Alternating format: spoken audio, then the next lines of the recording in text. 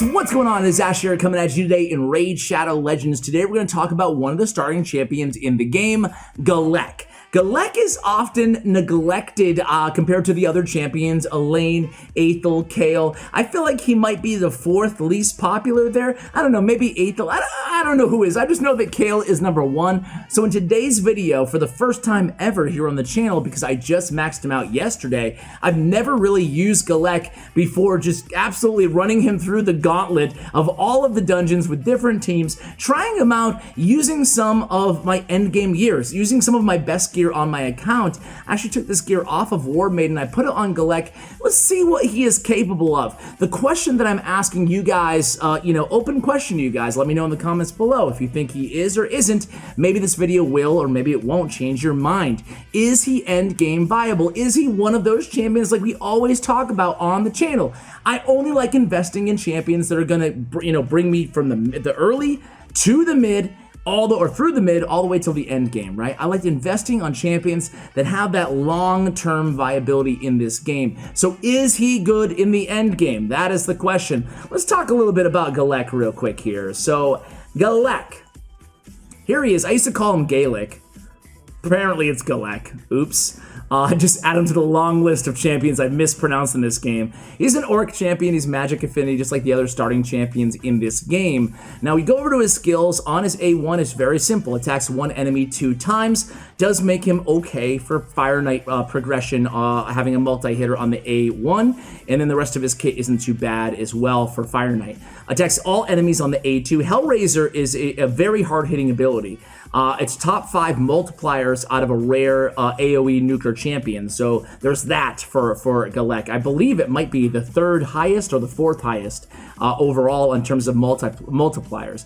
Attacks all enemies, extra 15% chance of inflicting a critical hit, places an increased speed buff on this champion for 2 turns. Nice to have that increased speed buff added to an AoE hard-hitting nuking ability. On Cursed Blade, he attacks 4 times at random, has a 30% chance, can be booked up to 40% chance of placing the weak version of decreased defense debuff for 2 turns.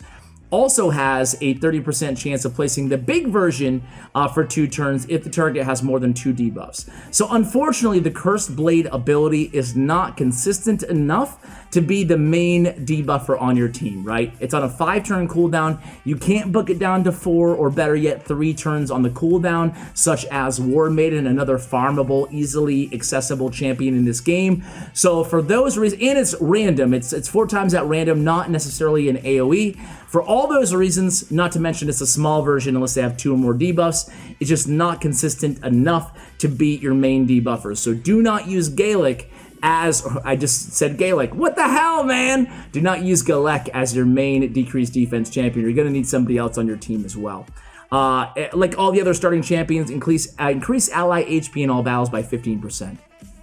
On Masteries, I went with War Master on my Galek. I think that War Master is a pretty solid option for all the starting champions, honestly.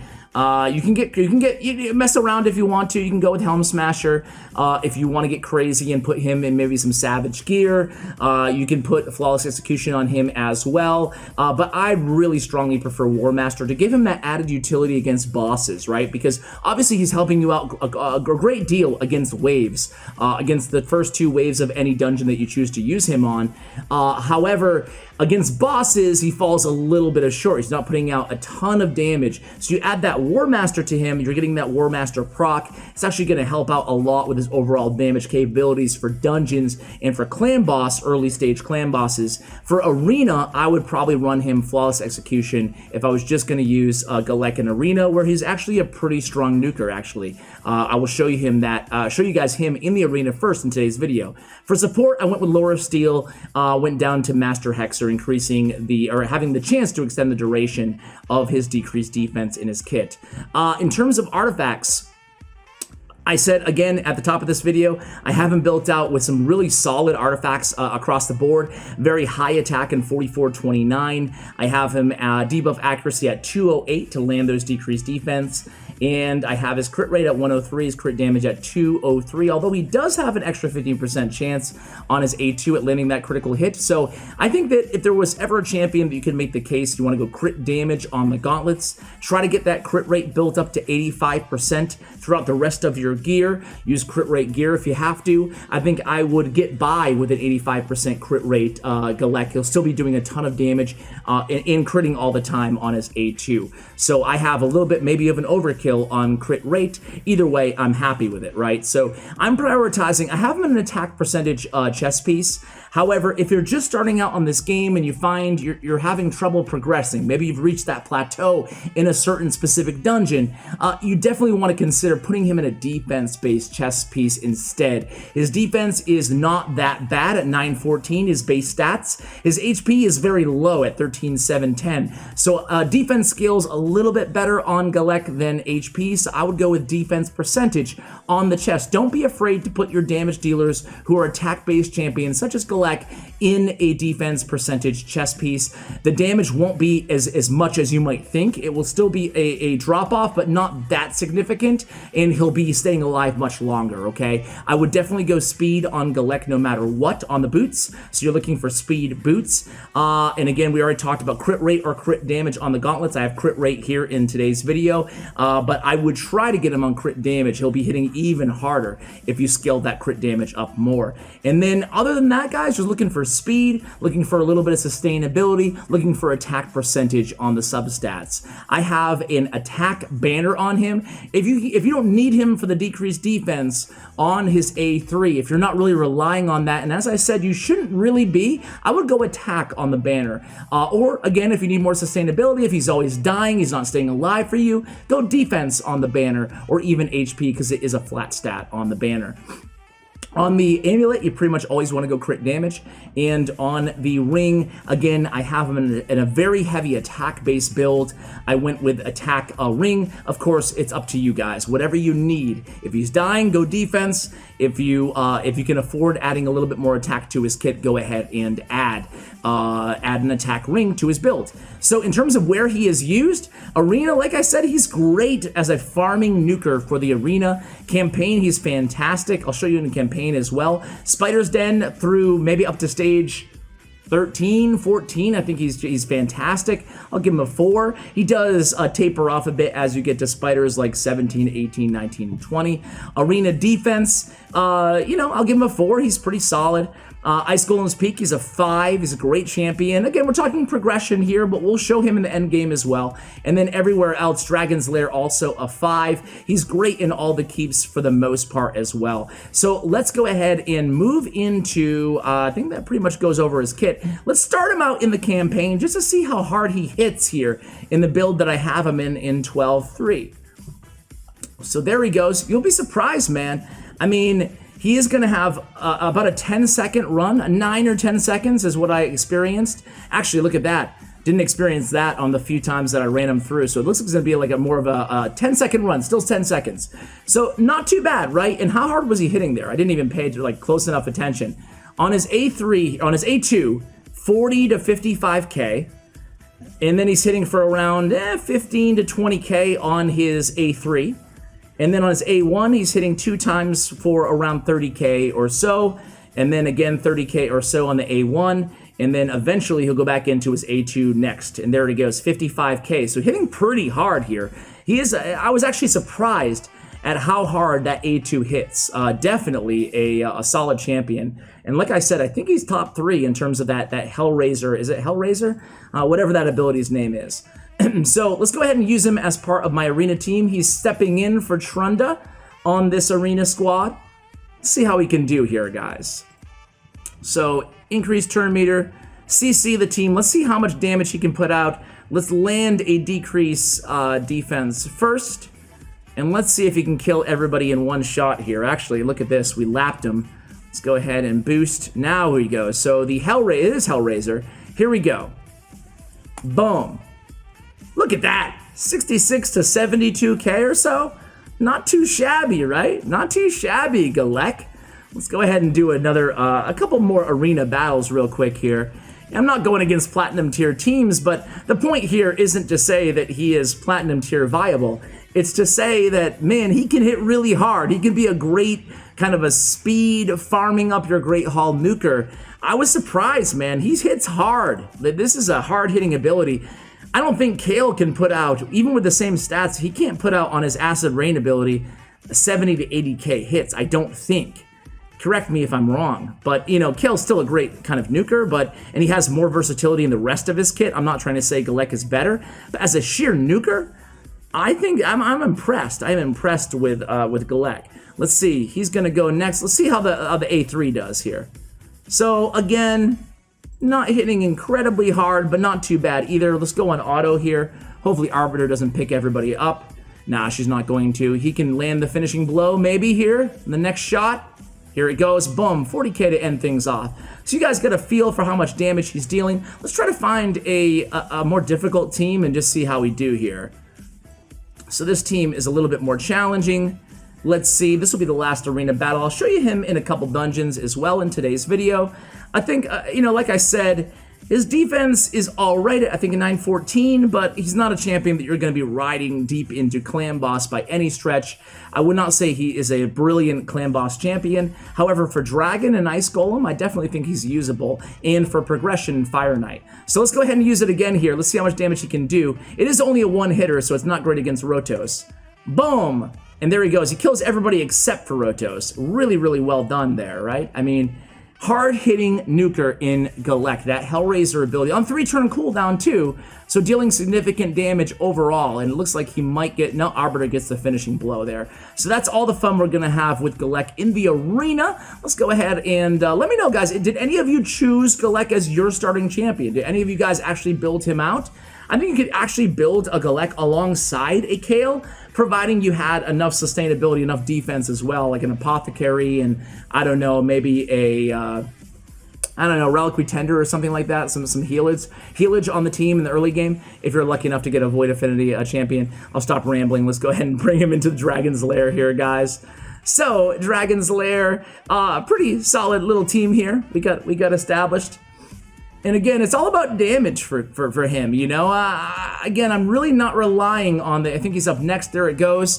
30 to 45k, not bad, right? Not bad. And actually, it's actually a pretty bad team. I don't have that debuffer on the team, so he's the only defense down on the squad that's really gonna hold us back. Breaking one of the cardinal, actually I have Zargala on the team, my bad. I don't think she's fully equipped with the artifacts, but either way, we'll get the job done here.